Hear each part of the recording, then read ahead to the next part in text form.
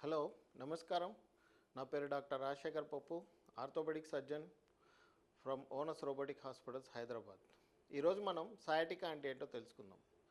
Sciatica అనేది ఏంటంటే అది ఒక నడుము నొప్పి అనమాట. దాన్ని సయాటికా అని ఎందుకు అంటారు అంటే, సయాటిక్ నర్వ్కి వచ్చే నరాలు నొక్కుపోయినప్పుడు మన కాలు వెనక భాగంలో వచ్చే నొప్పిని సయాటికా నర్వ్ అంటారు అనమాట.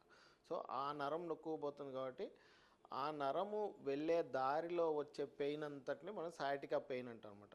సయాటికా అనే వర్డ్ చాలా కామన్గా జనాలు అందరికీ కూడా తెలుసు అనమాట. అందరు పేషెంట్స్కి తెలుసు, పేషెంట్ కాని వాళ్ళకి కూడా తెలుసు అనమాట సయాటికా అంటే ఏంటి అని.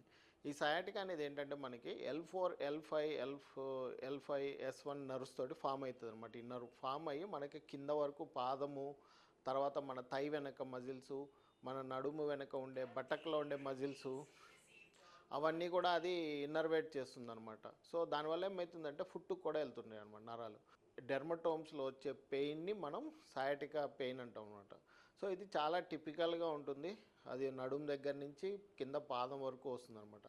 సయాటికా కాకుండా ఇంకా వేరే రకాల పెయిన్స్ కూడా ఉంటాయి. కొంతమందికి మోకాలకి వెళ్తున్నట్టు థైలో వస్తుంది పెయిన్, థైలోకి వస్తుంది. కొంతమందికి ఏంటంటే ఇప్పుడు పెరోనియల్ నర్వ్ కంప్రెషన్ ఉన్నప్పుడు వాళ్ళకి మోకాలు కింద నుంచి పాదం వరకు వస్తుంది అనమాట. ఒకసారి పాదం పైన కూడా వస్తుంది, లేదంటే యాంకిల్ వరకు వచ్చి ఆగిపోతుంది అనమాట. సో ఇలా వచ్చే పెయిన్ని సయాటికా నర్వ్ పెయిన్ అంటారు అనమాట.